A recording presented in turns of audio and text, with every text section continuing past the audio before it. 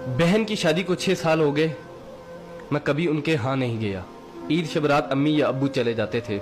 एक दिन मेरी बीवी मुझसे कहने लगी कि आपकी बहन जब भी घर आती है उसके बच्चे घर का हशर नशर कर देते हैं, और आपकी माँ जो हमसे चुप चुपा कर कपड़े, साबुन और कभी कभी को चावल के थैले भी भर के दे देती है।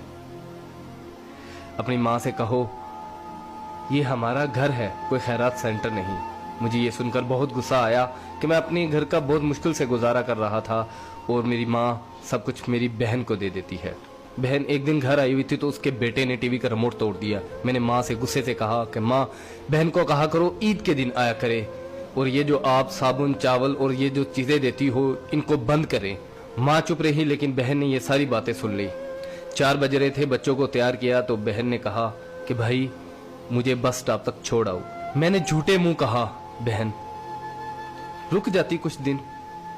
बहन मुस्कुराई और बोली नहीं भाई, बच्चों की छुट्टियां खत्म हो रही हैं, मुझे जाना है। फिर जब हम दोनों भाइयों में जमीन का बंटवारा हो रहा था तो मैंने साफ इनकार कर दिया कि मैं अपनी जमीन से बहन को हिस्सा नहीं दूंगा। तो माँ ने कहा कि बेटी का भी तो हक बनता है। मैंने गाली देते हुए कहा जो कुछ भी हो जाए मैं बहन को हिस्सा नहीं दूंगा। मेरी बीवी ने भी बहन को बुरा भला कहा, वो बेचारी खामोश थी।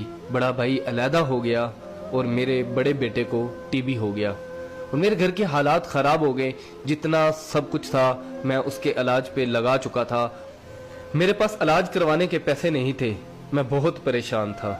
लाखों रुपए लगा चुका था और भूख सर पे थी। परेशानी की हालत में कमरे में बैठा शायद अपने हालात पे रो रहा था। उसी वक्त मेरे घर में वही बहन आई। मैंने गुस्से से बोला ये आगी मनहूस। मैंने बीवी को कहा कुछ तैयार करो बहन के लिए। बीवी मेरे पास आई और कहा कोई जरूरत नहीं गोश्त और बिरयानी बनाने की। फिर 1 घंटे बाद वो मेरे पास आई। भाई परेशान हो? बहन ने मेरे सर पे हाथ फेरा, कहा बड़ी बहन हूँ तुम्हारी, गोद में खेलते रहे हो, अब देखो मुझसे बड़े लगते हो। फिर मेरे करीब हुई और अपने पर्स से कंगन निकाले और मेरे हाथ पे रख दिए और आहिस्ता से बोली पागल तू एवं ही परेशान होता है, बच्चे स्कूल थे, सोचा दौड़ते दौड़ते भाई से मिल आऊं। ये कंगन बेचकर अपना खर्च करो और अपने बच्चे का इलाज करवाओ। शक्ल तो देख जरा तूने क्या हालत बना रखी है। मैं खामोश था, बहन की तरफ देखी जा रहा था। बहन ऐसा से बोली किसी को मत बताना, तुमको मेरी कसम है। मेरे माथे पे बोसा दिया और 1000 रुपया मुझे दिया जो 150 के नोट थे, शायद उसकी जमा पूंजी थी। मेरी जेब में डालकर बोली